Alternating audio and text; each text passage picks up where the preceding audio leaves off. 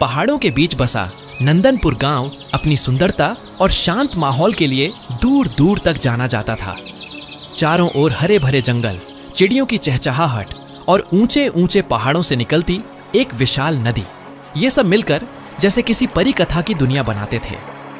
उसी नदी पर बना था एक बहुत पुराना बांध, जो गांव की सिंचाई और जल जरूरतों का मुख्य स्रोत था। गांव के बुजुर्ग कहते थे कि वह बांध 100 सालों से खड़ा है और कभी कोई खतरा नहीं हुआ। लेकिन इस बार बारिश कुछ अलग ही कहर लेकर आई थी। लगातार कई दिन से भारी बारिश हो रही थी और पहाड़ों के ऊपर बने उस बांध पर पानी का दबाव बढ़ता जा रहा था। गांव के लोग जैसे हर बार की तरह इस बार भी मौसम के गुजर जाने का इंतजार कर रहे थे, लेकिन किसी को अंदाजा नहीं था कि कुदरत की एक लहर सब कुछ बदल देगी।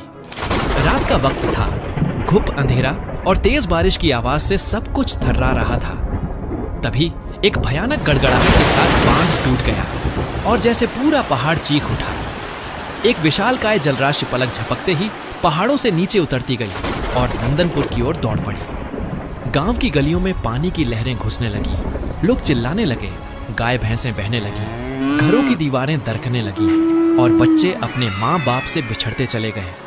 हर ओर चीख पुकार, अंधेरा और डर का माहौल था।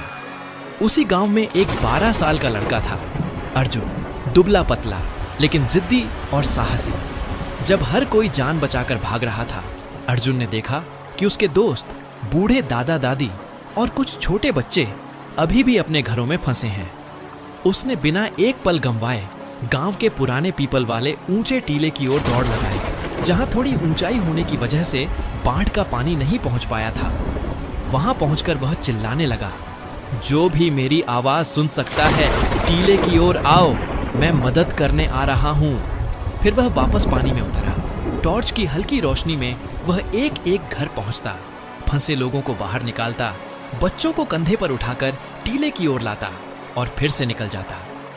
उसकी आंखों में डर नहीं था, बल्कि एक जिद थी, किसी को नहीं मरने दूंगा।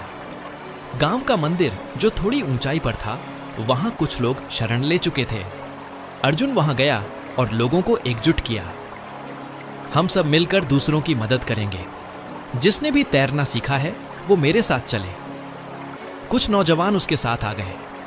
बाढ़ का पानी अब गांव की छतों को भी छूने लगा था, लेकिन अर्जुन की कोशिशें नहीं थमी।